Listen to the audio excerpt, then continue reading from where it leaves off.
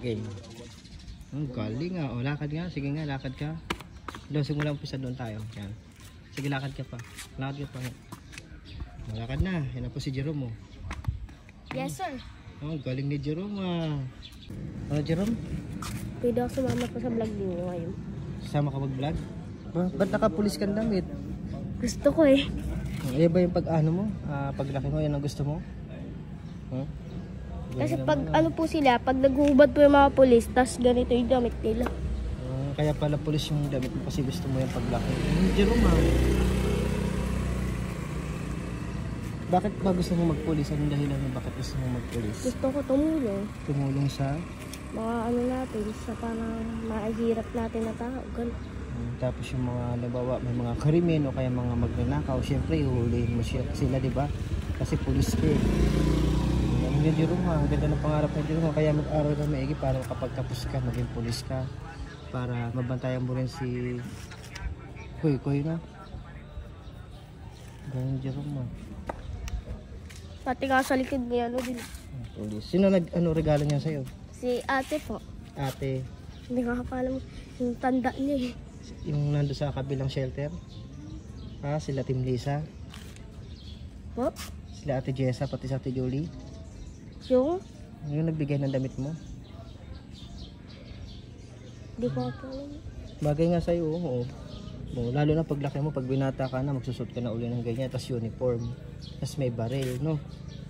Tapos yung parang batuta, pamukbok. Yung ayun yung mga dadalhin mo kasi pulis ka nga. Tapos yung parang maglalagay ako ng mga ganyang CCTV.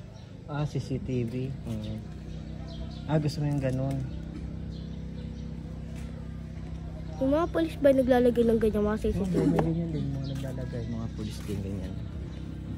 Kaya pala para may CCTV dito.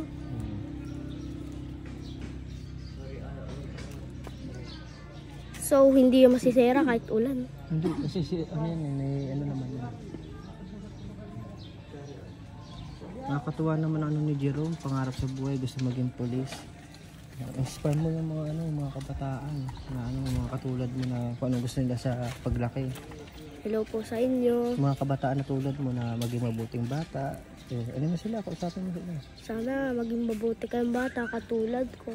Hindi yung katulad ng mga ibang bata, hindi magiging mabuti. Sana maging mabuti kayo katulad ko po. Tapos mapagmahal sa pamilya, no? Lalo sa mga kapatid, no? Katulad ng ginagawa mo kay Koy. Tingin mo ba kung naging okay si Kuya Koy mo, ano kaya yung gusto niya rin paglaki? Palagay mo? Pulis din kaya? Sundalo ata. Sundalo rin si Koy. Ayos na. Ano yung sundalo? Sundalo iba yun. Iba rin yung pulis. Tapos iba rin yung Navy. Yung iba-iba rin yung mga tawag doon. Sundalo. Sige nga. Sundalo. Pulis. Basta ang ko sa'yo, payo ko sa'yo, mag-aral ka maigi para matupad mo yung pangarap mo, makapagtapos ka, para magiging isang pulis ka. Ang ganda, bagay nga sa'yo. Diba? Bagay nga sa'yo maging pulis eh. Ganito po. Paano lakad ng pulis ganyan? Siyempre. Okay. Galing nga. O, lakad nga. Sige nga, lakad ka. Doon, simula umpisa doon tayo. Yan. Sige, lakad ka pa. Lakad ka pa. Lakad na. Yan na po si Jerome. Yes, sir. Galing ni Jerome. Sige pa nga. Paano yung lakad ng pulis? Sige, lakad ka. Yes, sir. Galing Jerome. Tagang pwede ka na magpulis. Ako sa mga kapulisan, ayan, may iniidolo ko bang pulis? Sino yung pwede malaman taga saan yung iniidolo mong pulis? Ang ina-idol ko pong pulis, magwapo, magaling, imposible maano siya. Ang ina-idol ko po na isa-isa, si Cardo. Si Cardo Dalisay, yung gusto mong maging kagaya pulis. Ang galing nga. Si Cardo Dalisay ko pala yung idol ng pulis. Nanonood ka rin pala yun, yung ang probinsyano. Kaso tapos na yun no? Palabas na nila yung Batang Quiapo. Yung palabas nila yung parang Batang Quiapo. Kasi mag-aral ka mabuti Jerome ha. Ayan yung payo ko sa'yo ha.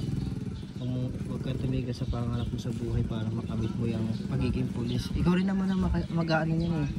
kung gusto mo talaga yan ikaw yung magpupush niya sa buhay mo para maging pulis ka. Sa ngayon, mag-aral ka munang maigi. Huwag naman matalino. Talagang magsipag lang mag-aral, huwag absent ang absent. Huwag magkakating classes. No? Kasi maunawaan mo ko pag ano ka na, pag malaki ka na. Bye-bye na, Jerome.